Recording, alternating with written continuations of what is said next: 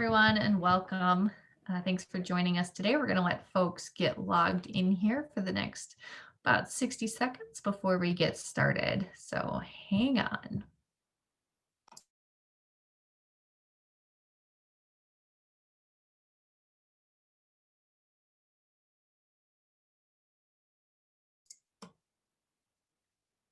Thanks, everyone. I see the room filling up.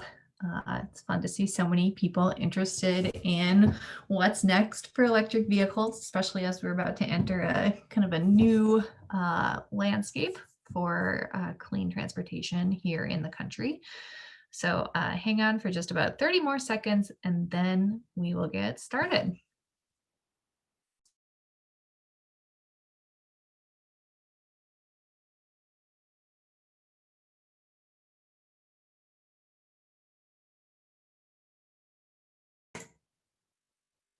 All right, I think we're going to get going. And I don't think I managed to hold out 30 seconds, but we're going to get started anyway.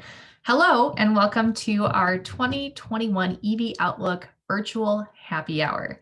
Easier to type than to say, I assure you. My name is Jo Olson. I do communications here at Fresh Energy, and we are co-hosting this event today with Jukka Kukkonen at Shift2Electric. Jukka gets to be in charge of the slides today. So Jukka, next slide, please. All right, so I want to take a few minutes for some housekeeping.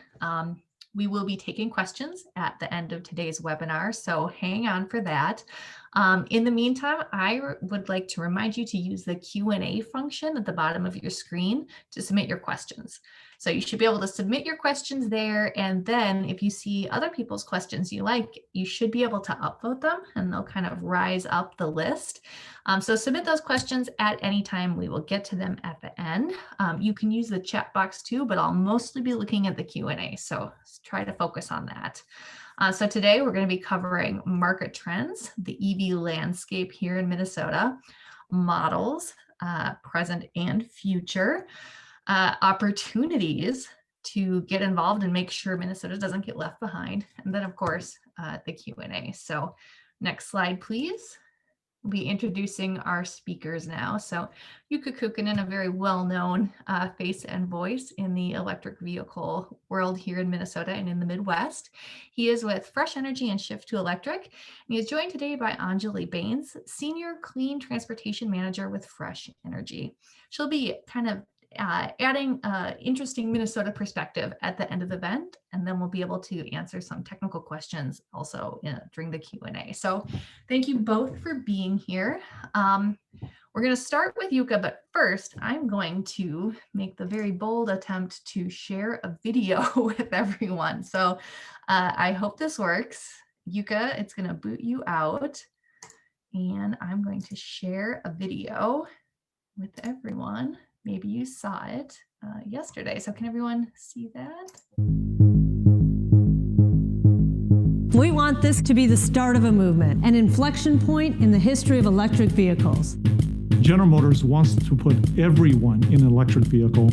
We have the technology and manufacturing expertise, as well as the global scale to do it. That changes the dynamic and gets you a lot closer to the tipping point.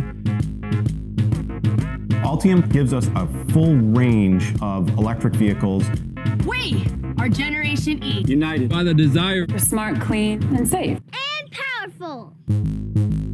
Our engineers, they had 3 processes to show me that following Monday. We've termed ventilator speed now in our organization to remind us of what we were able to accomplish in 30 days. You know, aerial mobility is coming. Super exciting just to see the models that we built and imagine it is actually possible. We're working on that for the future. The Unreal Engine is really taking anything to do with that vehicle visualization to the next level. It will notice if you're stressed out, and it'll turn the lighting, into the blues and greens and give you that spa-like feel. This is a pretty bold direction for traditional automaker. What's driving GM's ambitions here? Well, quite simply, it's the right thing to do.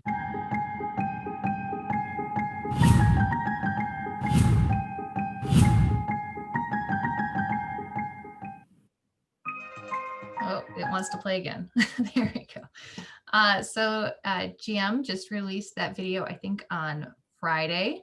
And Jukka is going to be talking a little bit about GM and so much more. And I know, Jukka, you're already really worried about how many slides you have and how much information you have to share. So I'm just going to turn things over to you, and I'll check back with everyone during the Q&A. All right, thank you, Joe, and good to see everyone here joining us, talking about EVs. 2021 will be pretty awesome year in many ways.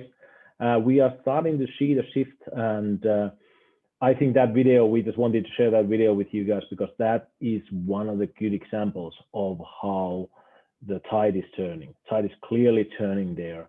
GM is just made a really bold statement there with that video, and I think that just kind of sets the tone for that sort of industry. I also want to share with you, I read quite a bit of automotive news, that is industry news paper that is a weekly industry newspaper, and it has been just increasingly about EVs, this, EVs, that, all the EV news. So everybody who is in the automotive industry, whether it's a dealership or auto manufacturers and others, they know this. This is clear to them. There's no questions about it anymore.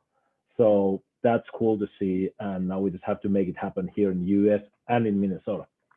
So I will talk a little bit about the market and some of the dynamics, and then I'll go through quite a bit of different new models that are coming in the market to US this year.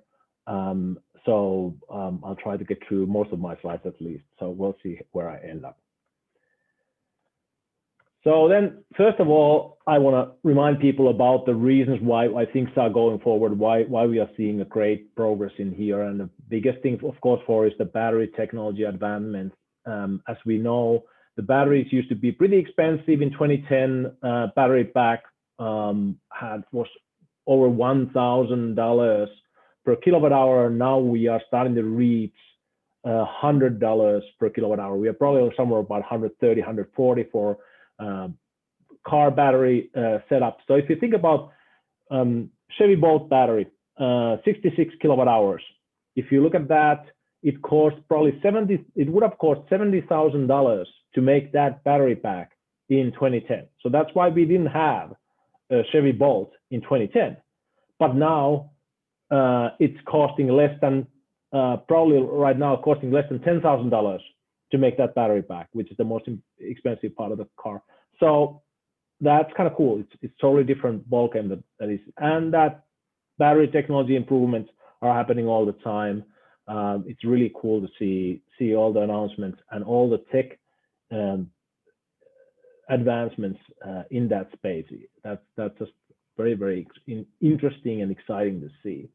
Then, of course, the other thing is what we are seeing is the shift to renewable and electricity, and many of you have worked in this space too, is helping the utility companies to find lower carbon emission solutions. So they are shifting their production from coal production to renewables.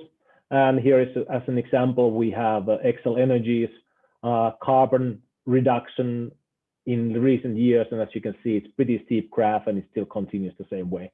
So that's very cool to see. Just reminding us, EVs get cleaner every day, so that's great.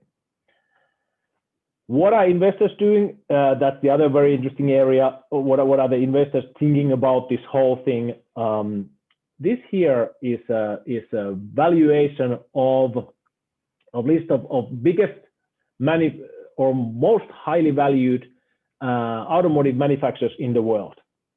And this was taken at the end of November. These numbers were provided by Electric at the end of November. And you can see Tesla already being 3 times more higher valued than Toyota at that point, the highest valued thing.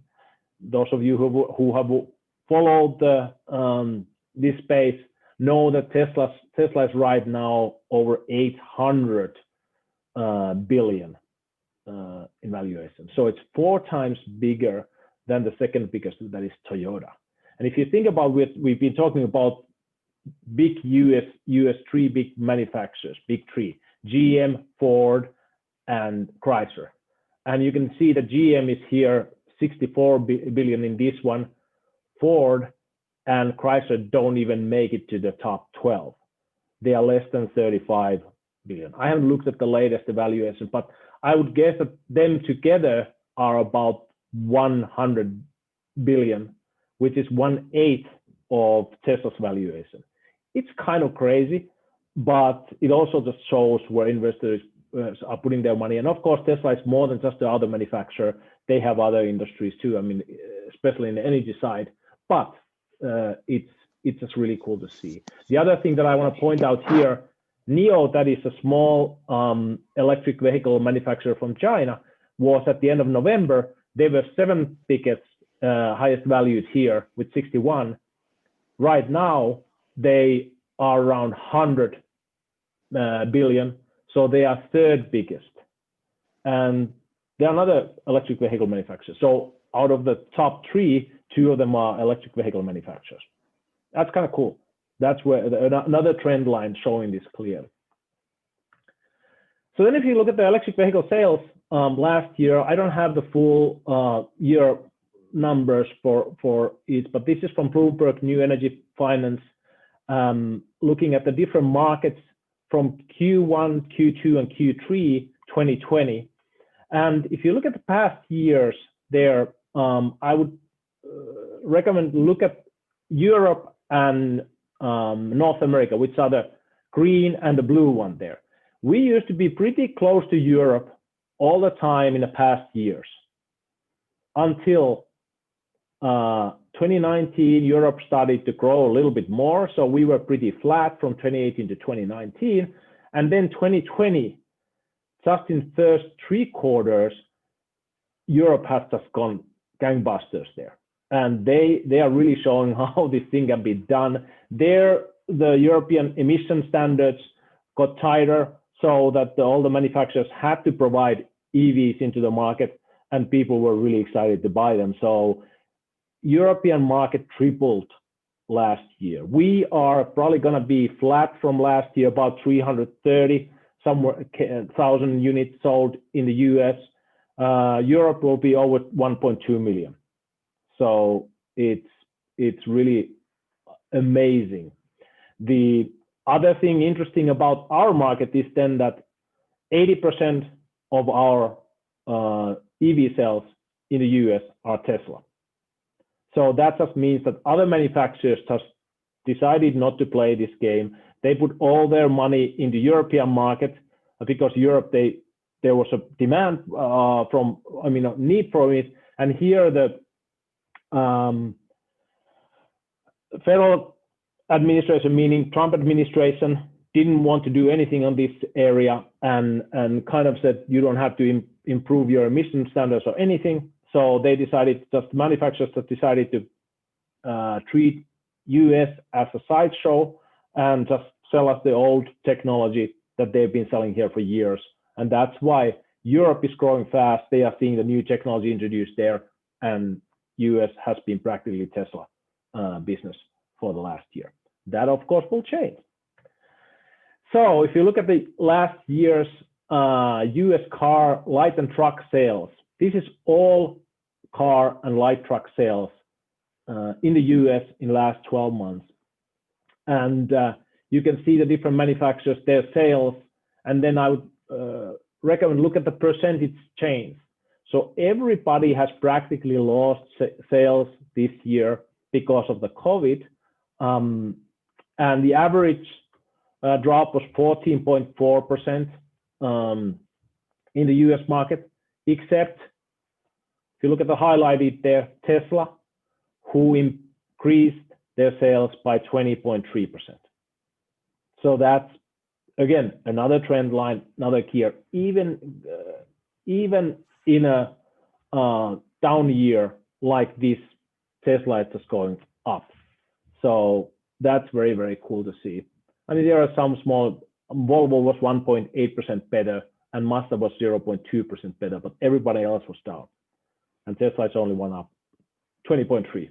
So that's cool to see.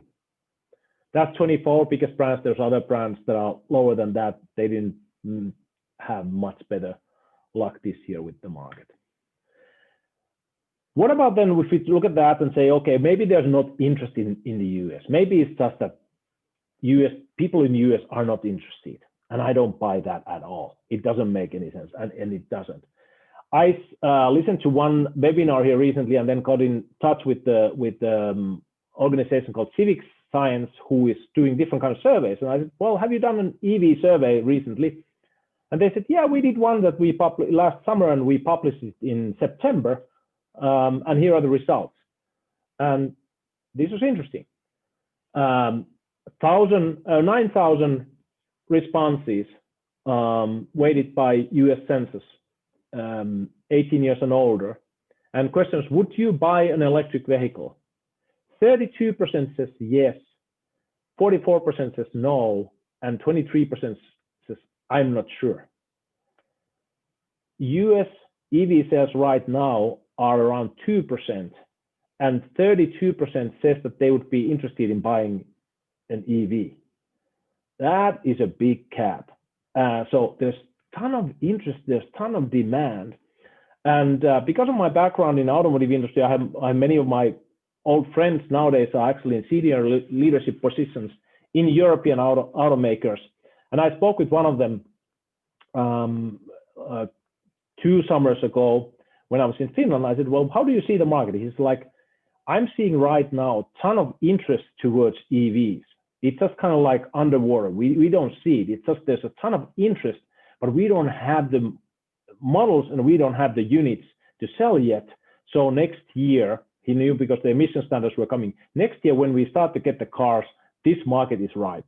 And we are in the same situation with the US right now. If 32% of the people are saying we are interested in buying an EV, that is a strong market. That is a really strong market signal. So we just need the cars, and this will take off. Okay, and then we come to needing the cars. As I've spoken before, as we've heard probably from other places, the biggest challenge we have right now is the vehicle availability, and especially in Minnesota. I pulled the numbers. This was in December, I think. I don't think, so fortunately, I don't have the date for this. This was in December. So the challenge is that we just don't have cars. If you look at that, out of those models, we have 10 models that are theoretically in market, so that there's more than one dealership that has some units out of all of that. 10 models, 4 of them being Teslas. So that's kind of sad situation there. Audi e-trons, yes, you can find some Chevy Bolts, quite a few Chrysler Pacificas. Jaguar I-Pace, I'll give them. They have enough at their 2 dealers. A Mitsubishi Outlander, White Bear Mitsubishi is taking care of this business, and then some Leafs at the Leaf dealers, and Porsche has Porsche Taycans, and then Teslas. But others, there's nothing, absolutely nothing. So that's our biggest challenge. And because in the US, you know that the sales work so that if people go to dealerships and they expect to find a car there, they're not going there to go through the models and then ordering a car and waiting for a month to get it like the system works in Europe. So dealers sell what is on their lot. If they don't have EVs on their lot, they're not selling it. Very clear. Dealers and manufacturers also advertise only the models that are on the lot. If there's no EVs on the lot, they're not going to advertise it. So surprise, surprise. If there's no EVs on the lot, no one is going to advertise it, and they don't see anyone coming to ask them either. So no EVs, no advertising, no demand, and they don't even get practice how to sell EVs. So that is our biggest challenge right now. That's why we need more EVs to Minnesota and to really jumpstart this. So, but Anjali tells more about that, how that can happen. All right. You can find the existing EVs that are available at evinfolist.com, all the details about that. I just updated that today, so it should be up to date. Oh, I added one more thing after the update. There was that Tesla Model Y has a 5-star rating on their crash test, but that's the only one that I haven't updated there. Anyways, just check out the evinfolist.com and download the list so you have it available, and you get all the specs there. Where this market is right now moving, and I'll come back to that in details, is that we are moving into crossovers, SUVs, and pickup trucks. We have been used to that. Electric vehicles have mostly been available in the sedans and hatchbacks. Those have been the biggest selling segments, but this is changing now fast. We are moving into crossovers, SUVs, and pickup trucks, and my presentation today will tell much more about that.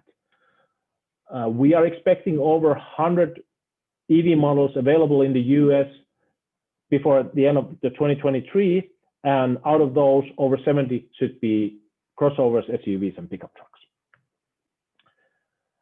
For present situation, I would recommend everybody check out the electric vehicle dashboard every now and then from Department of Transportation, Minnesota Department of Transportation. You can check out there. We have right now over 1,000 plugs already publicly available in the charging side, and then you can find the vehicle numbers too.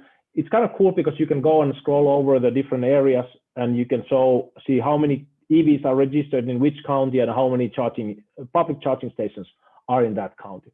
So check it out.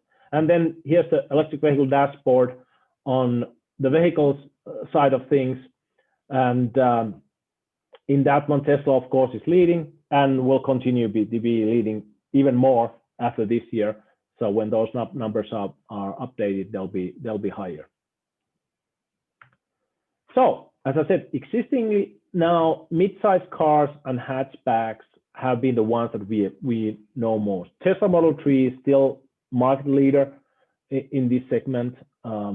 Definitely the most sold EV in the US. Chevy Bolt, Nissan Leaf, Toyota Prius Prime, Kia Niro.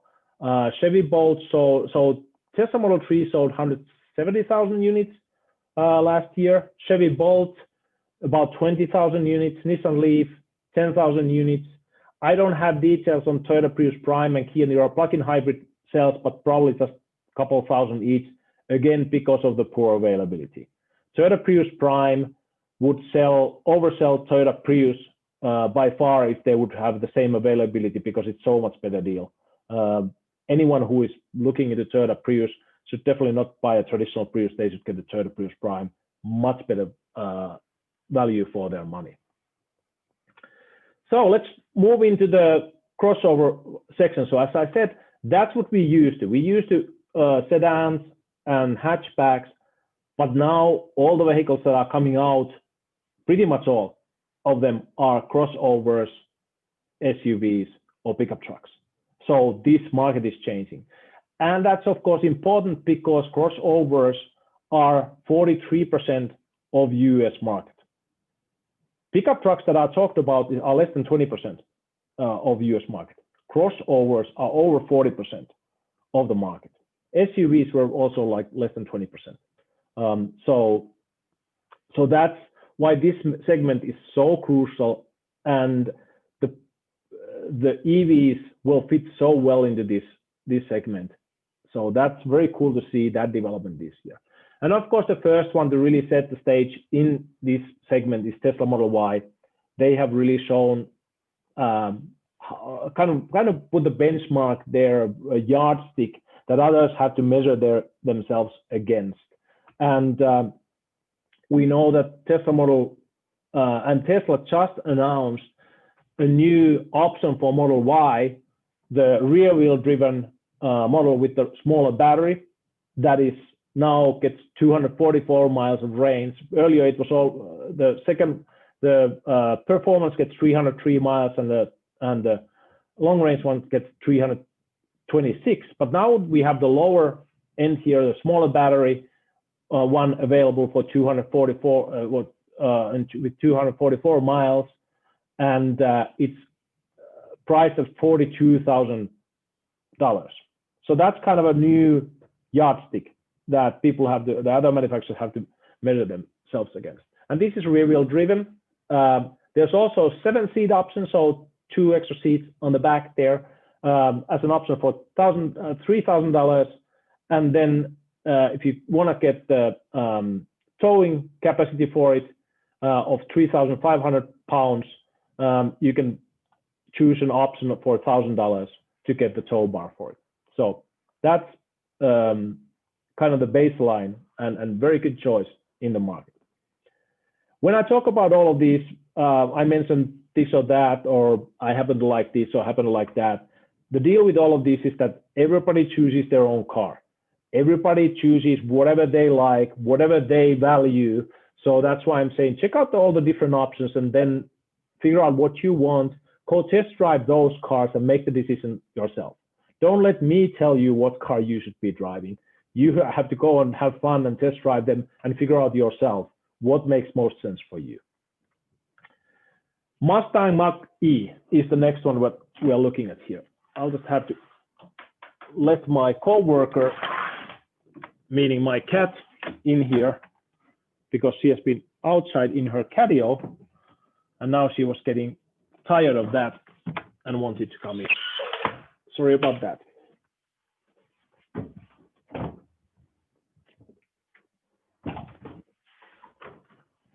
There we go. Now cat is happily inside. So Mustang Mach-e is of course a big thing from Ford that they are just bringing to market. They were hoping to bring it to market before the end of the year, but turns out they missed that a little bit.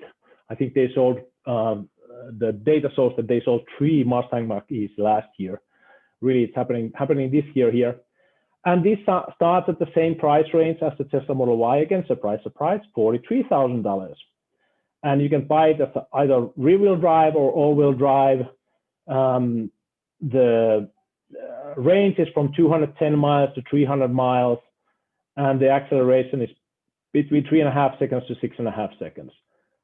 Looks really cool, and I can't wait to see it in person and get test drive it. Already the dealers are showing that it should be coming, so we should be getting this in some of the local dealers any day now here.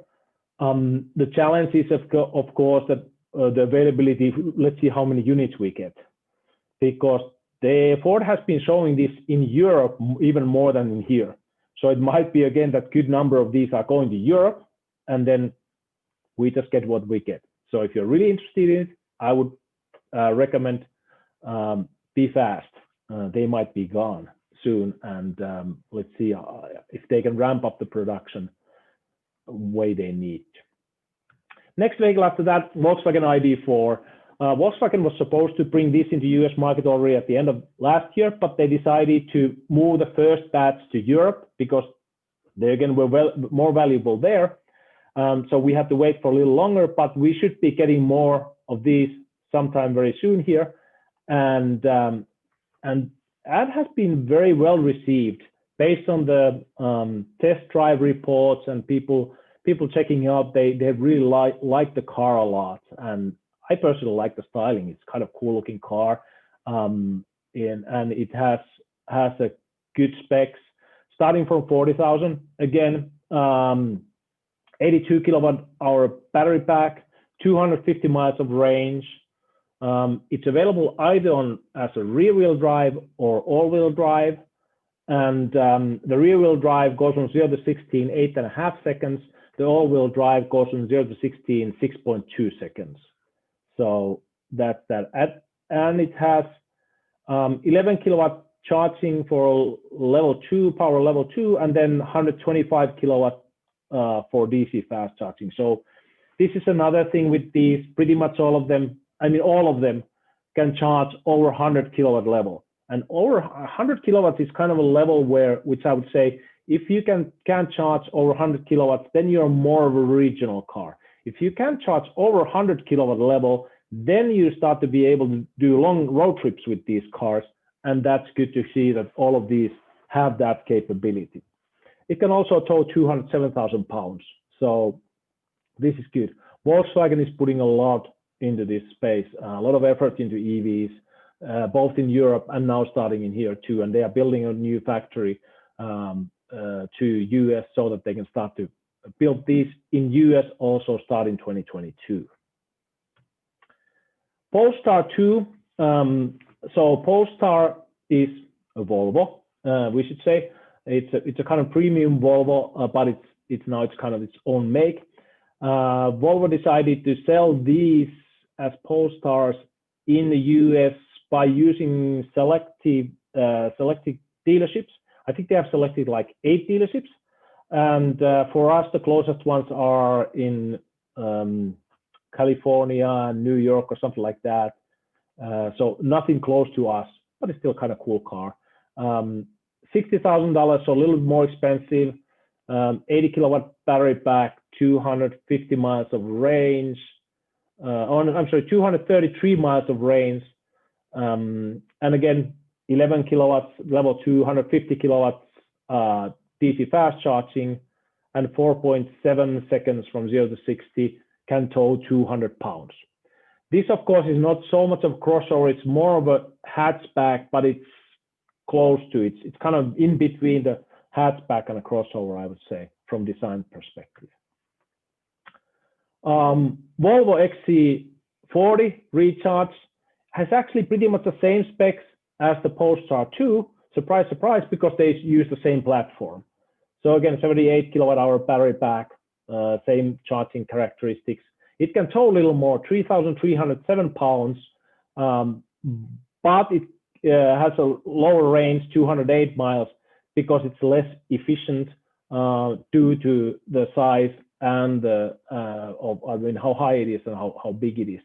So it doesn't get the same kind of mileage as the Polestar did. But again, same platform. We should see this one somewhere in the middle of this year in US. Hopefully before, but I'm not holding my breath. We'll have to just see when these come. Nissan Ariya is finally a new thing from Nissan. Nissan really, I mean, we know they used to own the EV market in some ways in their own segment with the Leaf, but they just didn't have right new model cadence. So they just dropped the ball with improving Nissan in the past. But now this Ariya sounds very, very promising. Again, crossover, $40,000 starting price, 2 different batteries, 63 and 87 kilowatt hour battery packs, 200 to 250 miles of range, roughly we can expect from that. They're either 4-wheel drive or all-wheel drive. And the new thing, of course, with this one is that they are moving from CHAdeMO to CCS. So DC fast charging is in the CCS. So the only one who is left using CHAdeMO is Mitsubishi. We'll see if in 2022, when they get a new plug-in hybrid version of Outlander, they will actually shift to CCS too, because everybody else is already in the CCS camp.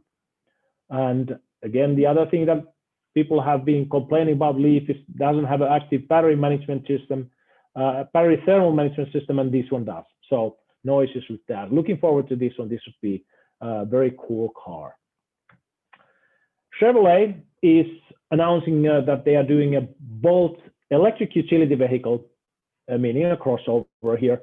And we don't know too much details about this, but we can expect that it has very similar drivetrain to what the Bolt has, the existing Bolt has. And it might be that the existing Bolt also continues, and this is just the addition, what kind of a higher or bigger version of that. Chevy was earlier talking that they would do this a year from now, but now they have accelerated the timeline so that we should be expecting this to come sometime late summer. Remains to be seen. Hyundai Ioniq 5 is a full electric crossover, rear-wheel drive or all-wheel drive. Some sources say it's coming in fall 2021, and some sources say that it's coming in early 2021. So we'll see what time of the year we'll see this. Cool thing about this is that Hyundai has been doing extremely efficient vehicles, so I'm expecting pretty good range from whatever battery they choose to use there. Audi Q4 e-tron is a new one here. And that should be coming at the end of this. This is the first Audi that uses Volkswagen's new MEB modular electric platform. And this one actually has pretty much exactly the same specs from performance-wise and battery size-wise as the Volkswagen ID.4. It just looks different. So now you get to choose if you want to buy a Volkswagen ID.4 or if you like the Audi design better. Performance-wise, pretty similar probably, if not exactly. They're estimating this one to be 45,000 as a starting price. But because of the design, they say that this seats only 4. So that's a difference. Our ID.4, Volkswagen ID.4 seats 5, and this would seat only 4. So that's interesting. We already have Jaguar I-Pace here in this market, but I just wanted to kind of remind that that's already available. That's a crossover, size-wise, probably very similar to the others that we have shown here. Price-wise, it's a little bit more. It's more premium. It's 70,000, 234 miles, and also pretty fast acceleration, 4.5 seconds from the 0 to 60. They sold 8,000 of these in the US last year, which was pretty okay number for Jaguar to do that. Toyota RAV4 Prime is a plug-in hybrid. This is already available in the US market, theoretically. But sometimes when you look at how many there are in US, you can see that there's 15 at the dealers in the whole US. So in real life, it's not really available. And that's sad because this would, again, sell more than traditional RAV4s in that segment. Starting price 38,000, gets 42 miles of electric range, which is pretty good. And acceleration from 0 to 60 is under 5 seconds. So it's really fast too. So there's no reason why this wouldn't be really leading Toyota sales in that segment. But again, if they don't offer it sales here, then you can't get them. And that is, again, the challenge here. Ford Escape plug-in hybrid. This actually was theoretically available in the US market already last year, but they decided not to do more with it. They had some challenges with the battery management system. So there was a recall, I think, on some of these in Europe, but they have sold like hotcakes in Europe. They sell this as a Ford Kuga in Europe, and their plug-in hybrid version sells more than their traditional internal combustion engine vehicle, same model in Europe. So they have, I think, tens of thousands of units of these sold in Europe already. Jeep is coming with their, it should be Wrangler, not Wrangler, but whatever. Wrangler 4 times E. So that's their new plug-in hybrid, 14.7 kilowatt hour battery pack. Should go from 0 to 60 in 6 seconds, which is pretty fast for Jeep Wrangler. I think it might be the fastest of those. 48,000 starting price, and we should see it already in a couple of months here. So looking forward to that. Hyundai is providing the Tucson plug-in hybrid into market later this year. Same with the Kia Sorento, which is the sister model of this one, plug-in hybrid. I don't have too much information there, but they say that this Sorento actually would be 7-seater. So that's pretty interesting to see. All right, Tesla Model X has been in the market for some time, still sold based on the automotive news information, 37,000 units in last year, which is really, really good. But again, that was one that sets the standard, again, yardstick for that segment. Audi with their e-tron has been responding to that. They sold 7,000 in 2020 in US, 47,000 worldwide. And now they have the new style of its Sportback in the market.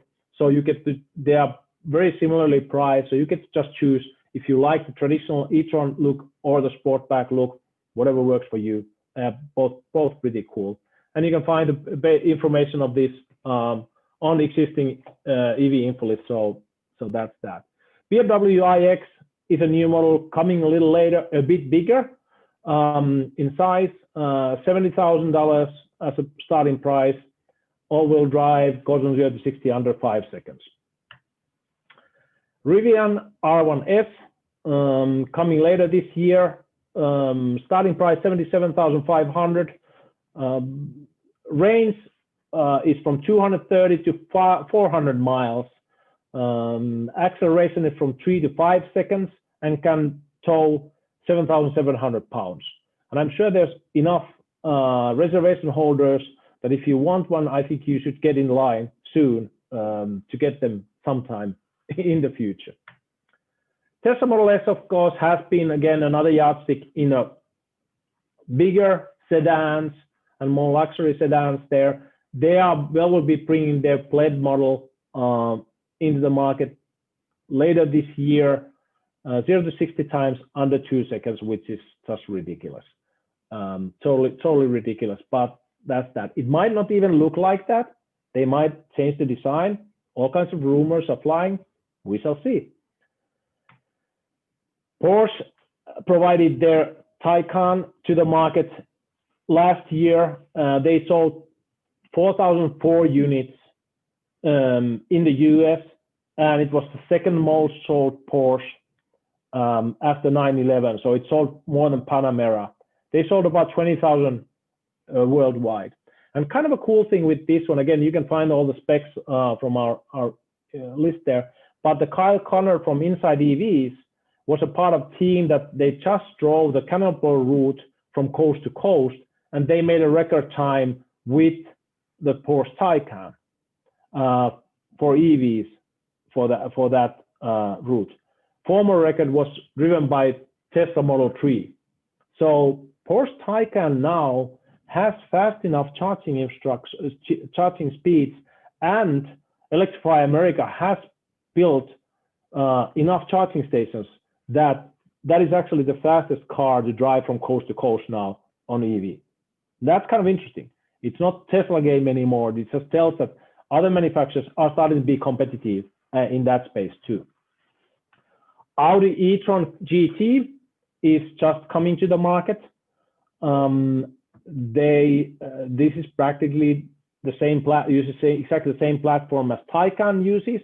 So now you get to choose again. Do you like the Porsche design better or e-tron styling better here in Audi?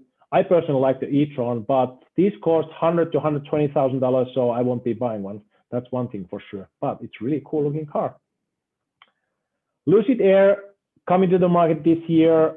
They are promising 460 feet, 517 miles, 0 to 60 in the fastest model, 2.5 seconds, all-wheel drive, starting with the $70,000 this spring.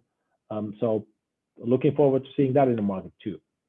Mercedes is hopefully providing their first full electric now into the market in the US as an EQS. They were supposed to bring EQC into the market last year, but they realized that they can sell as many as they can produce in Europe, so they decided not to do that. So that's why we haven't had a full electric Mercedes here in the market. 4.5 seconds from 0 to 60, 300 miles, 100 kilowatt hour battery pack, and 350 kilowatt capable of DC fast charging. We'll see, but that should be here in summer. Looking forward to it. Tesla Cybertruck coming later this year again. When people were earlier asking me, when do we see electric pickup trucks? My standard answer was whenever Tesla makes one. And now they are going to be making one. And because Tesla is making one, others will be following and doing the same. I won't go into details on this one. You can find all the specs and information. But the idea is that the base model should be 40,000 at some point, which is really, really affordable for this kind of a capable truck. Rivian R1T was coming now finally this year to the market, 75,000 starting price. Very, very cool pickup truck. Again, ton of reservation holders. So if you want one, you'd better sign up soon. GMC Hummer. I think they have one driving vehicle of this one prototype so far, and they are saying that they'll be here in the fall of this year. Remains to be seen. I hope that happens because it is a great competitor in this one. But again, GM has really shown that they are interested in competing in this new era of EVs, and this is definitely one of their strongest pieces for it. Ford has also said that they're coming to Ford F-150. That will be the fastest and most powerful F-150 ever, starting 70,000. Might not be here this year, might be next year before they bring it. So that's interesting. But again, they are coming into the game. They're actually going to be earlier here with their Ford E-Transit, which is coming at the end of this year. So they are saying that this is a purchase price. This will be $10,000 premium compared to comparable traditional transit. It has a 67 kilowatt hour battery pack that can provide 126 miles. So they say that this is a design so that it meets the needs of most of the users that buy these kind of vehicles. I think it's a good move. I think it's an excellent move from Ford to kind of show that this is the product that can serve well. And what they are really highlighting is the total cost of ownership, saying that it's much lower with this one compared to traditional internal combustion engine versions.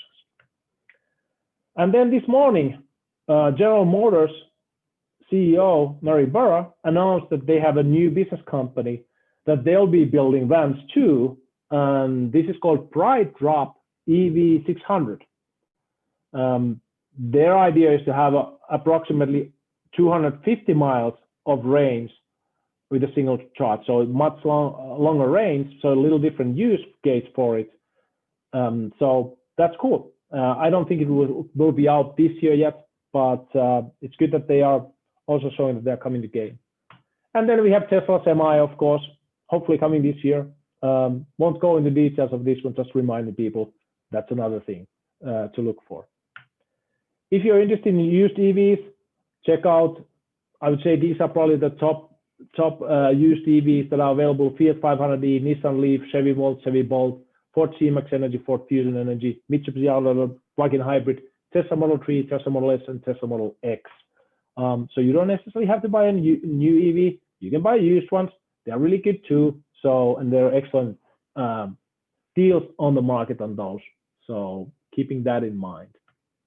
And then what really will be changing this year is that we have new winds blowing in the West Wing soon. And we know that President-elect Joe Biden is a car guy. His father was a manager at the auto dealership. So he has been growing with cars. He knows that very well. And that's, of course, strong thing. And he's very interested in EVs, really interested in making this happen, changing things. So what we can expect to see is a totally different approach to EVs than what the previous administration had. So Pete Buttigieg was nominated to be a Secretary of Transportation, and he has said, to meet the climate crisis, we must put millions of new electric vehicles on America's roads.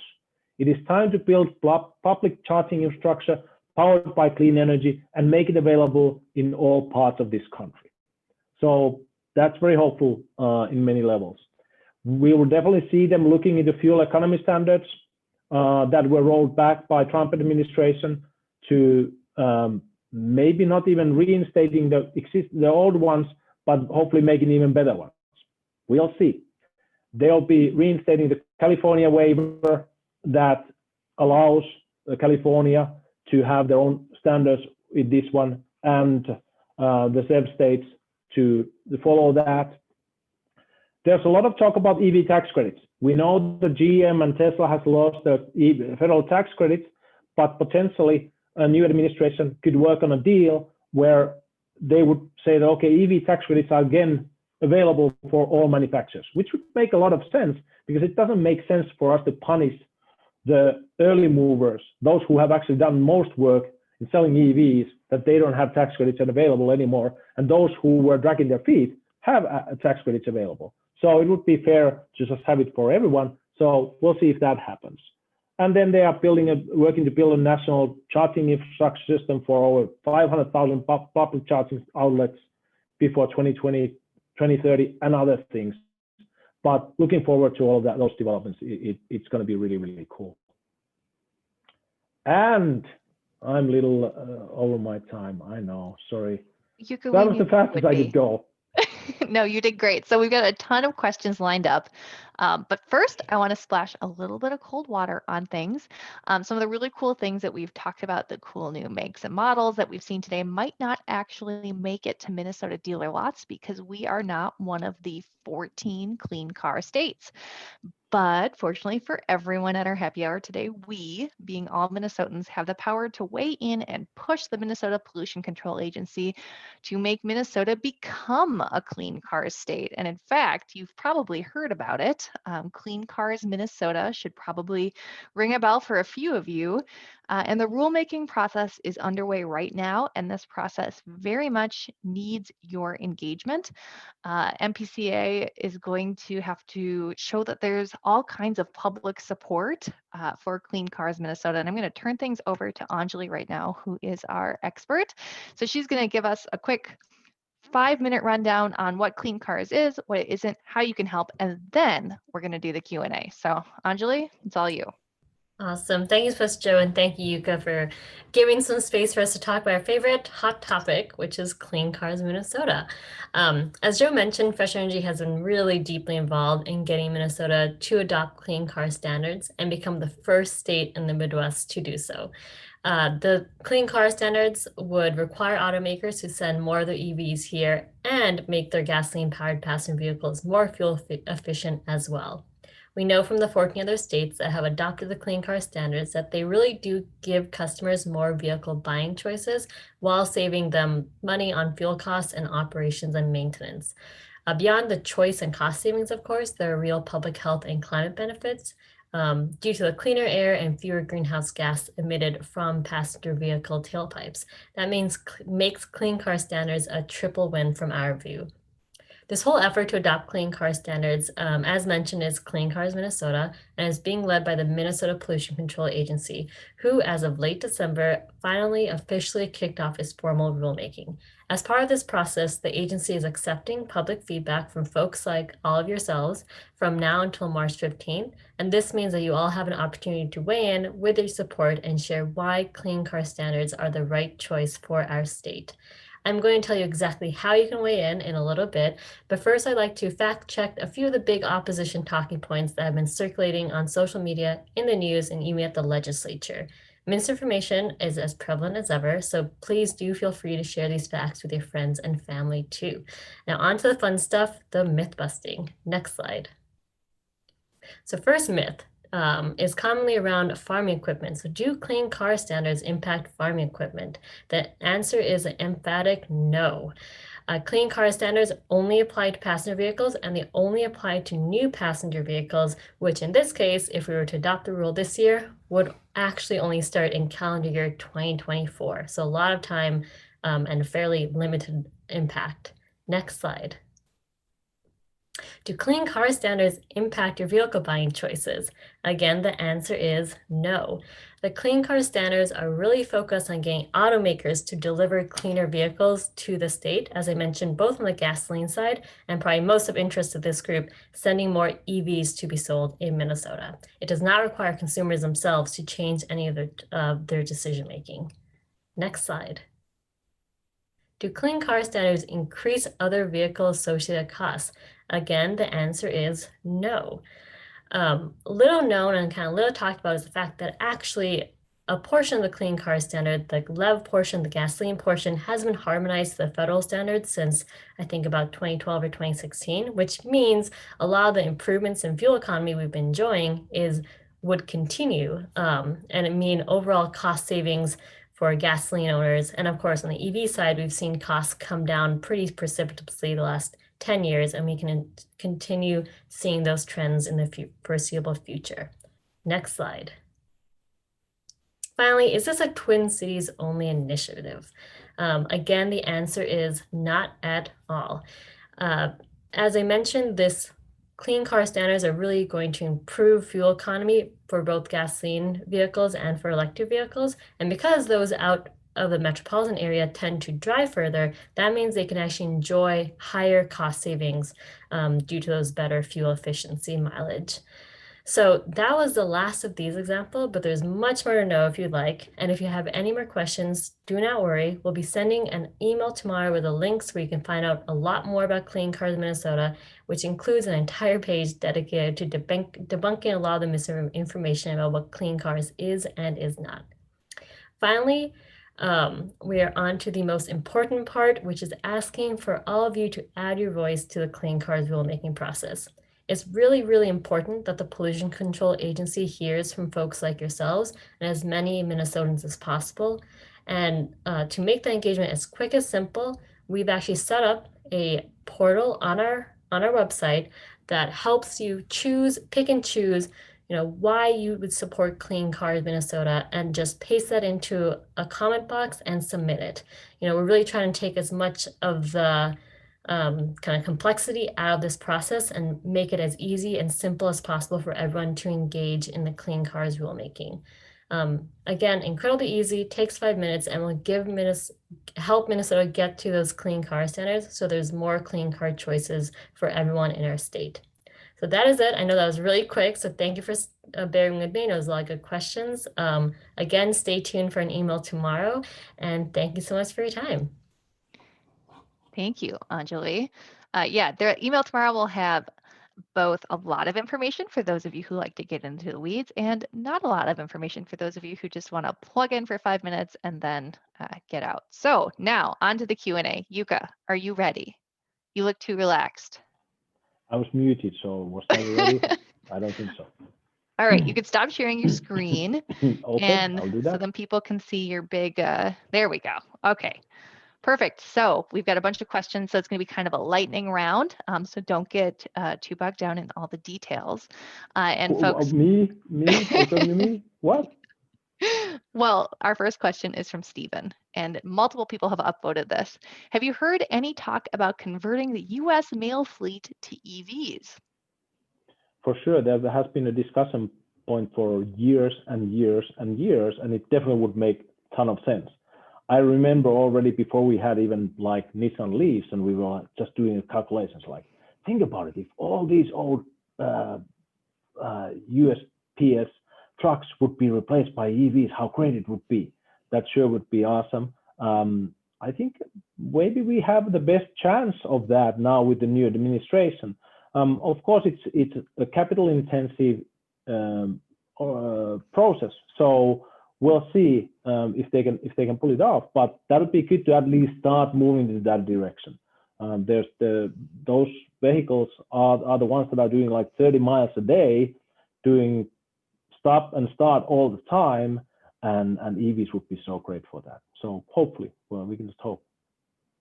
All right, another question with an upvote. Dennis asks, as a customer who wants to jump into the EV market, as a consumer who wants to jump into the EV market, it's hard to know when to enter. There are always promises of what's to come with new EVs. Any ideas on how to think through when is the right time to get in? And Daniel weighs in that there is no right time. The right time is whenever works for you. But Jukka, what do you have to say there? I would totally second that. The right time is exactly when it works for you. I would always recommend don't wait, go for it. That's fine. Now, it used to be with the older EVs because you had a smaller battery pack that you could expect that next year they were just better and better and better and better. We might see, we will see some of that development, but it will not be as fast as it used to be in that way. So if you get an electric car now, one of those ones that we were, for example, talking about today, that has over 200 miles of range, 250 miles of range, that will hold its value much longer. So it's not the same kind of a thing. And usually that kind of car already does things for people that are needed. So that's definitely much easier. The choice is easier than what it used to be 5 or 6 years ago. And then also you can lease. Doesn't have to be a purchase decision. You can lease. You can lease car for 3 years, see how it is, and then after that you can decide if it's worth to buy it with the residual value, what is left there, or if just to drop the keys and say, hey, there's some new models that I'm really interested in, and then get one of those. So that's always an option. Keep that in mind, and used vehicles too. Great. So Cecilia says, we're interested in a Rivian pickup. What's the talk about this? Good design? So quick, hot, cold reaction on Rivian's pickup, Jukka. Well, I used to be very skeptical about new pickup truck and other EV manufacturers because they just didn't have a very good track record. But when I saw Rivian at the LA Auto Show in 2018, I was blown away. I was like, wow, this is that's actually well-made car, well-made truck. So I'm very hopeful with that car. And there'll be, if you don't have a reservation down, if you haven't decided already to get the first ones, you'll probably have to wait for 6 months or to a year before you can get yours. So you'll have a lot of experience from others who are using it to see what they think about it, what they like about it, and then make your decision at that point. Perfect. And Tark adds, if you have an Apple TV, check out the show Long Way Up. And since Tark commented that on the Rivian pickup post, I'm assuming that it's about Rivian and possibly their pickups. Have you heard of it, Jukka? Possibly. I haven't heard about it, but there's so much material nowadays. Lots of content. There's not enough hours in a day nowadays to try to keep up with all the news that are coming about the EVs. All right, so I've got another one from Daniel, and Anjali, this one might be geared toward you. Any attempt to repeal the $75 EV yearly tax through the Clean Car State rules? So yes, unfortunately, the Clean Cars rules is a completely separate agency action, actually focused on adopting clean car standards. So the EV tax you're referring to wouldn't be involved in that rulemaking. But there is discussion among the Drive Electric Minnesota policy group, which is a collection of, some NGOs, automakers, utilities, and others, people who support electric vehicles. There's talk about them on how do we support policies like repealing that tax, and how can we get that to the legislature. So that is something we're working in other forums, of course. Lawmakers also always really appreciate hearing from their constituents. So if that's something you're concerned and you want to tell your lawmakers, that only can help our cause in reducing that fee. Thank you, Anjali. All right, Jukka, this one's for you from Kathy. Honda Clarity will now be sold on lots only in California. To get one, you have to order it and get it shipped here. Do you see this trend as the future for car buying? Will we all have to travel or ship to buy a car? If so, will this make dealerships obsolete? Now, I feel like this is both a question that Jukka and you, Anjali, could possibly answer because it does relate to clean cars. Are you pointing to Anjali? That's where Anjali is in my screen. So I don't know if she's there. If she's there. All right, Anjali. Do you want to take this one? Oh, you're on mute, I think. Sorry, yeah. So I was just reading the question. This is Charles's question. Kathy's question about how cars, so the Honda Clarity will only be sold in California. How do you get it here? Do you order it? Is it shipped? Is this the new future of car buying as dealerships are obsolete? Oh, great. Got it. Yeah, I would love to hear Jukka's thoughts on where the industry going. Something like clean cars can help send the right market signal to an automaker like Honda that, hey, we're serious about this. You should be sending your cars here. But as we've seen with the Tesla model, there have been more orders of EVs through online means, partly to deal with what might become an antiquated framework of how cars had to be sold in state that Jukka knows a lot more about. But the fact that dealerships have to exist and they're the only point of contact, there have been exceptions made for electric automakers, but I think there will have to be an evolution, as with many industry, when there's new technology, new ways of doing things, there will ultimately have to be a reckoning and evolution with how these things are happening so that there's more choices to consumers and things aren't getting slowed down unnecessarily. Thank you. I will add to that actually this is a good point, kind of showing how Clean Cars Minnesota actually would be very, very beneficial for auto dealers. Because what Clean Cars Minnesota does is that it just sends a signal to the auto manufacturers, we need these cars here, and these local auto dealers need these cars here to stay competitive in the future in this marketplace. So it's definitely would be beneficial for auto dealers, even though some of them necessarily don't see it that way, but sooner or later they will figure it out.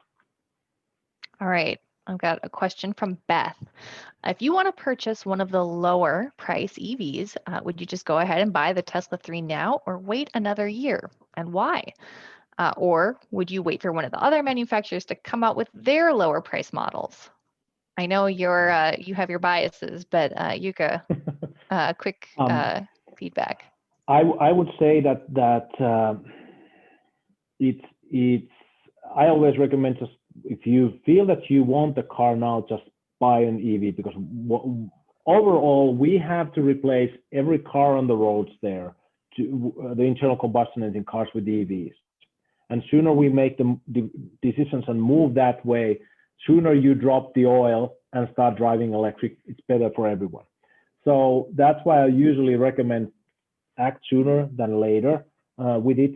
Whether you save $1,000 this way or that way, it's hard to tell. It's really hard to tell overall. So as I said, go test drive the ones that you really like and see if it feels like your car. If it feels like your car, that's great. As long as you remember, no plug, no deal. So if someone tries to sell you something that doesn't have a plug, you just tell very clearly, I don't want it. I want the one with the plug. That's how it goes. It's as simple as that, huh? Yep. All right. Question from Kathy. Any chance there will be a swap out for batteries as the technology improves? We have seen some third parties doing swap outs for Nissan Leaf batteries. That has been one thing. Nissan Leaf, the oldest ones, had a little bit of faster degradation, especially in hotter climates, because it didn't have an active thermal management system. So we have seen some of that happening by third parties. So clearly, if there's a need, there will be solutions for it. But right now, others, they seem to be lasting so well that there has been very little need or interest to it. So we'll see. We'll probably have to wait for another 5-10 years to see how these car batteries do in the long term. But it looks like right now that there's very little demand for it. Thank you. So Anjali, I think this one's for you. So Charles asks, what has been the effect on dealers in clean car states? I think about the dire predictions that bar owners put out there during the smoking ban, and that turned out just fine. And I know we've talked about the smoking ban and how it's comparable to clean cars. So do you have any tidbits here to share? Yeah, definitely a great question. And this is something that has become a talking point, unfortunately, of dealerships. But as you know, both myself and Joe have mentioned, clean car standards have been adopted by 14 states, with 11 of those states adopting the ZEV standard portion of that as well. And from our own analysis and what we've seen in those states, we have not seen this idea that dealers would have a hardship or wouldn't be able to sell sales. In fact, because Minnesota would be the first clean car state in the Midwest and there's no other ZEV states around us, we would have an advantage in having more electric vehicles here, which could help lead to more out-of-state sales for those who want to come to Minnesota instead of going to the East or West Coast to get the EVs they want. So, you know, it's an understandable fear because of that transition and the newness, but in reality, it's pretty unfounded, and we think it could actually be a benefit to dealers, as Jukka has mentioned already. Yeah, we are not banning anything. We are bringing more. Yep. Actually, I'll to kind of answer someone else's question about talking to your dealership. What Clean Car Standard does, it requires automakers to send more EVs to the state. What it doesn't require is that every single dealership has to have an EV. It's really up to the automakers and dealers to have that negotiation discussion. So, you know, for those who are interested in getting EV, it's pretty important to talk to your dealers and say that not only do you support Clean Cars Minnesota, but you would like for those EVs to come to this dealership so you can check them out. You know, that is really one way that you can make sure that once, you know, if Clean Cars Standards passes, then your dealership can actually be the one getting those EVs here too. Great, thank you. Question on charging. William says, Electrify America has only one charging location in Minnesota on Hudson Road, US 494 in Woodbury. Can we expect more? Good question. I'm guessing What Electrify America has done with their corridor charging is that they have done these in phases. So they did phase 1, and then they did phase 2, and I think they are now going to phase 3, and then they have kind of like added more routes. And so far they have tried to cover the routes that will take kind of like coast to coast and so forth.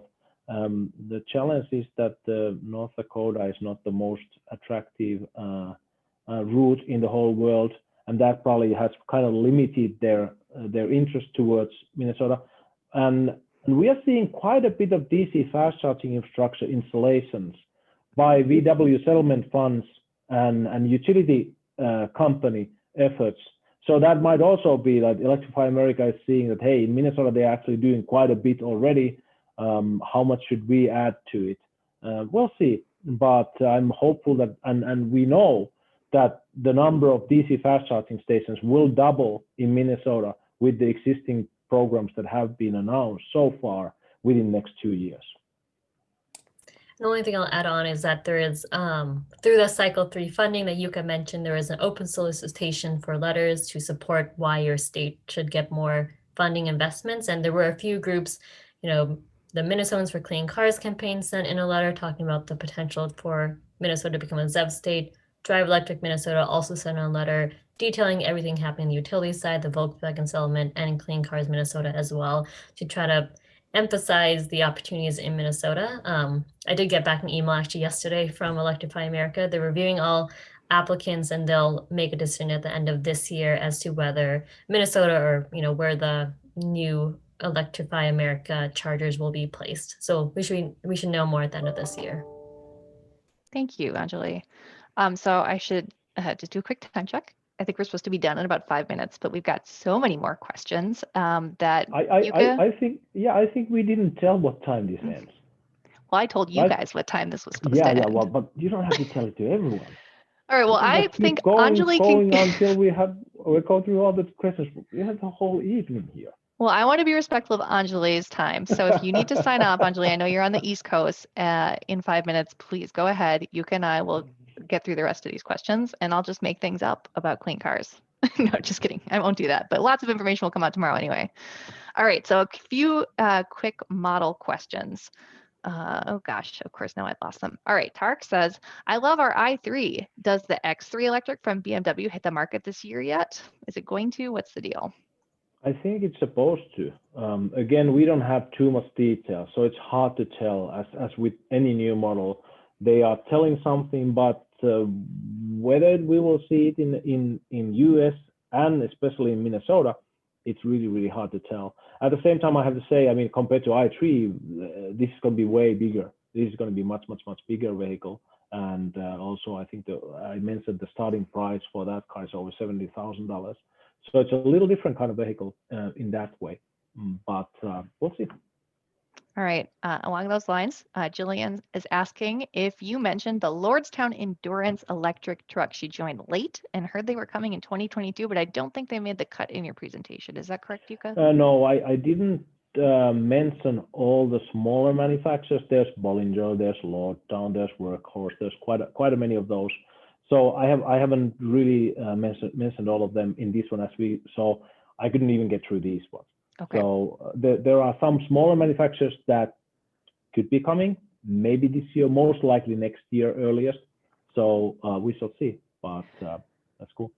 Well, fortunately for folks, you and I have talked about making this a quarterly or a trimester thing. So you'll be able to update everyone maybe if we do this again in a few months. Okay, so RJ says, love my Chevy Bolt, but the range goes down by half in the winter. So fast recommendation, Jukka, do other EVs have a better range in cold weather? I've heard really good things about Tesla Model Y with the new heat pump technology, that it really works well in a cold weather and it has less of a range loss. So technology keeps improving quite a bit. Chevy Bolt does not have heat pump technology. It uses the old resistive heaters, and therefore it might have a little bit bigger hit in the middle of the winter compared to some that are equipped with the heat pumps. So you have new models to look for. Great. So Kathy says, what would force Toyota to increase their supply of plugins? Why aren't they eliminating their regular hybrids? Would the threat of competitors force them to increase supply? Well, I think one thing that they have to do in Europe, they have to do more because of the regulation. That kind of thing. In Toyota's case, they own the hybrid market. They are trying to milk that as long as they can because they have the technology and they can and I don't really like how they approach it in many ways. They have been big on, especially in Europe, they're advertising these self-charging EVs. And it's like, thanks a lot, self-charging with oil, very useful. So it's kind of funny. Yeah, they call it self-charging hybrid, and there's just no such thing in real life. All right, so maybe a tricky one for Anjali if she's going to be jumping off. So do you have any comments on the Minnesota Automobile Dealer Association's lawsuit against Governor Walz for the Clean Cars Initiative? They claim to support electric cars on the one hand, but are fighting it on the other. Lee says this sounds somewhat hypocritical to me. Anjali, I feel like you're pretty steeped in what's happening with this lawsuit. Any comments here? Yes, great question, Lee. Well, I won't comment on hypocrisy, as things can appear one way to each of us. But the MATA has taken pretty strong steps supporting a policy that would ultimately benefit us as consumers in Minnesota. And this lawsuit they're referring to, it was filed earlier this year, and it basically tries to sue against a rule that hasn't been finalized yet. So we don't think it's actually has much legal legs because it's a premature suit, and it'll, there's good chance that the judge essentially won't find that MATA has standing to bring suit at this time. In other states, have seen suits from dealerships against clean car standards, like in New York and Colorado in the past. Lawsuits from dealers have also been thrown out for other reasons, but we think it'll end up happening the same here, where essentially, even if the rule were finalized, the dealership doesn't have standing to claim injury under this law. It is again up to the automakers to be sending these vehicles to the state. And it's really, that's legally not very strong. We think it's mainly a public communication ploy to show another instance of opposition in a more flashy way, perhaps because of the repeated attacks on our federal elections this fall, where lawsuits were thrown around, but it, publicly it looks worse than it is actually legally. Thank you, Anjali. That's super helpful. All right. Beth says, do you expect more government tax incentives in 2021 for EV purchases?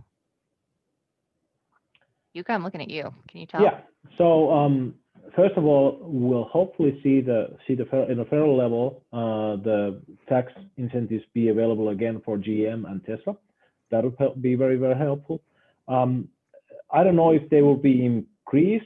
I haven't heard too much talk about that. There have been some discussions about maybe changing them so that they are actually rebates, so that you can get them directly when you're purchasing a car. You don't have to wait to your tax time for it.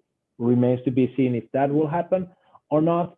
But there definitely will be some proposals in Minnesota legislation in front of Minnesota legislators this session here, which potentially could provide Minnesota tax incentives for Minnesota buyers. We don't know if those will actually happen, how they will be received in legislation. We have seen similar and supported similar kind of bills for years. So far, we haven't been successful with it. So I don't know if we will be any more successful this year, but at least we're trying. So that's that. Okay. Reality check question from Daniel. How many EVs will our electric grid support? And I think both of you might have something to say about this. Who wants to go first? Anjali, I'll let you start if you want. Great. Yeah, no problem. That's a great question. And actually, the beauty of electric vehicles, and especially when it comes to charging patterns, is the electric grid right now, the way it's run is, utilities are planning for the time of day when use is highest, which tends to be in the evening at the peak times.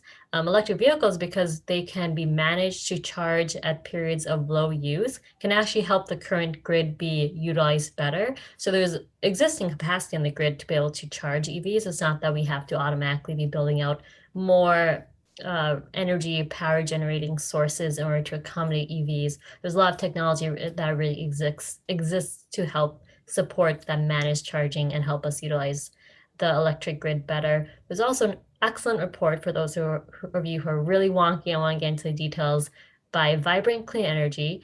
If you look Vibrant Clean Energy, Minnesota electric grid, or decarbonizing the electric grid in Minnesota by Vibrant Clean Energy, they go into this whole amazing analysis essentially on what will need to happen with the grid in order to not only accommodate electrifying transportation, but electrifying our heating systems as well in order to decarbonize our entire economic system quicker. And it gets into a lot of the details that some folks here might be really interested in. Great resource, very thick read, but very interesting if you can get through it. The short answer to this is charge the cars. If we charge the cars at home during the nighttime, no problem. And that's that. Thank you. All right, I've got a policy one from Brett. He says, comments on Xcel Energy's new program for level 2 chargers. Options seem limited. Anjali, are you aware of this program and do you have any thoughts about it? I'm wondering if it's referring to the new expanded EV home service. Is it residential? So, yes. Yeah. Okay. Yeah. I mean, it's expanding. From my perspective, it's allowing more residential homeowners to have charging options and have different ways of essentially paying for it. So in that sense, not perfect solution, but it's helping expand the access. I wonder if you have a slightly different perspective on that. Yeah, I think it's actually, as you said, it's a new option for people, and I think it's actually a very good option. I've looked at it. It's not overly expensive. The monthly fees are not that high, and then you can have, you can just lease the charging station. Perfectly, honestly, if I would be buying a new EV right now, if I wouldn't already have my charging infrastructure in place and solar and all the complications that I have in my household, if I would be just a homeowner who would be buying a new EV, I would sign up to that Xcel program and I would lease their charging station, just to pay monthly charge for the charging station. Then I wouldn't have to do purchase myself a new charging station. I would just lease it. That's what I would do. I think that actually is a good program. Perfect. Thank you. All right, a couple quick ones. Lee asks, what's the logic for rear wheel drive? You have a quick answer for that? What's logic for that? Yeah, there are many of the cars are now rear wheel driven. And this is interesting because from automotive design perspective, being an automotive engineer, we could talk about this for hours. But that's what I'm afraid of. Yeah, I know. Sorry. But you open it up. So we used to think that rear wheel driven cars are not as safe as front wheel driven. And all the manufacturers used to move away from rear wheel drive to front wheel drive for that reason. But that has kind of changed a little bit now because of the traction control systems and all of that. It's not the same kind of issue anymore. Traction controls take care of that you don't have the same kind of oversteering challenge that you had with the rear wheel drive cars in the past. So therefore, it doesn't have the same impact. So it's less of a issue anymore. Whether there's less of a difference between if it's a front wheel drive or rear wheel drive car. I personally tend to like front wheel driven cars a little bit more on the highway. I feel that they drive a little bit more, but that might be just a personal preference. For that, of course, if you want to be taking your car to the track and then you want to drive it very spiritedly, then rear wheel drive is the choice in that case. So I think that manufacturers are kind of looking at what are people looking at right now? What kind of choices they want, and they are more even nowadays. It doesn't matter that much anymore if it's a front wheel drive or rear wheel drive. So it's just interesting to see where this will be going. Thank you, Jukka. Question from Daniel. Is there any push for these rules? So I'm assuming that's like a clean cars or electric vehicle rule for the rental car companies. Seems like they could really benefit from increased use for longer road trips. Do you know if any of the rental car agencies have gotten involved? That's a great question. I do not know if they've weighed in. You know, they are national companies, and they work with, from what I understand, you know, they're working with leasing companies who are providing these cars. So maybe it's more the leasing companies who should be getting involved in things like clean car standards. But that's a good question. You know, we know that Lyfts and Ubers have taken stances on electrifying their own fleets, and Lyft owns and operates its own rentals company at this point as well, which is gearing to be all electric too. But I do not know if the other companies have weighed in. Great question. I'll probably be following up with them to see if they're interested in weighing in on this. All right, a question from Miranda. Why is there a higher demand for EVs in Europe? Better government subsidized incentives, moving away from diesel? Jukka, what's your thought here? The truth is we don't know what the demand difference is between two different countries, because the availability of the vehicles is totally different. And that's kind of the biggest difference. That's why if the question is, why are the sales bigger in Europe? That's because they actually have better availability of vehicles, and they have more models available there. If we are talking about here, a model number of, in US, about 40, they are talking about over 100 in there. There are all kinds of cool new electric cars in that market that we don't have access to, because just the federal regulations have not required EV manufacturers to actually go that direction. And that's kind of the biggest challenge with what we had with Trump administration, was that auto manufacturers didn't know what to do. They didn't know if things are going up, down, sideways, or whichever way, and they didn't have that. And that's the biggest ask that auto manufacturers always has, is give us a stability, give us a clear roadmap where we are going and how we are getting there, and what are the rules of the road. And if they have that, then they say, okay, now we can respond. Now we can start to develop our thing. Now we can actually be good at what we are doing, rather than having to just respond to what kind of a war we have with different countries on the import taxes and all of that stuff. So that's the difference, and that's what we are expecting from Biden administration, is that they'll actually provide a stability to this one, which will help US auto manufacturers and US suppliers, all the tier 1 suppliers for auto manufacturers, to actually become better at making EVs and making it all kinds of new technologies that they can stay competitive in the future, because we know where the things are going. Thank you, Jukka. All right, I've got one more question and then a couple comments. So this question, I don't quite understand. So Lee says, if car makers are switching from, I think it's one type of charging, to CCS, will the old car charging owners still be able to charge? I'm not an EV expert. This is such a simple question. What do you mean that you understand? Well, the answer is yes, of course. Yeah, of course. So the Nissan has been the only ones. So traditionally, we had 2 or 3 DC fast charging standards. We had Tesla DC fast charging standard, which still continues the same way as it has been in the US. We had CHAdeMO that was used by Mitsubishi and Nissan, and earlier also I think the Koreans were using it some. And then the rest of them were using the CCS standard. Now, from the big manufacturers, only Nissan and Mitsubishi were using the CCS, and out of those, Nissan more, because Nissan was the only one that was providing battery electric vehicles. And now when they are moving to CCS, the CHAdeMO standard will be the kind of the losing party in this one. CHAdeMO is used by Nissan Leafs, and we have one of those in our yard here. But I'm not too worried about it, because still right now, all the DC fast charging stations that are out there have still the CHAdeMO standard plug there too, and also some of the installations that are happening this year, next year, most of them will still have a CHAdeMO standard. But I'd say 2 to 3 years from now, I don't think that anyone will be installing CHAdeMOs anymore at that point. So then the usability will be lower. But they are only limited to 50 kilowatts, so you won't be using them for long distance driving anyways because of the lower power level.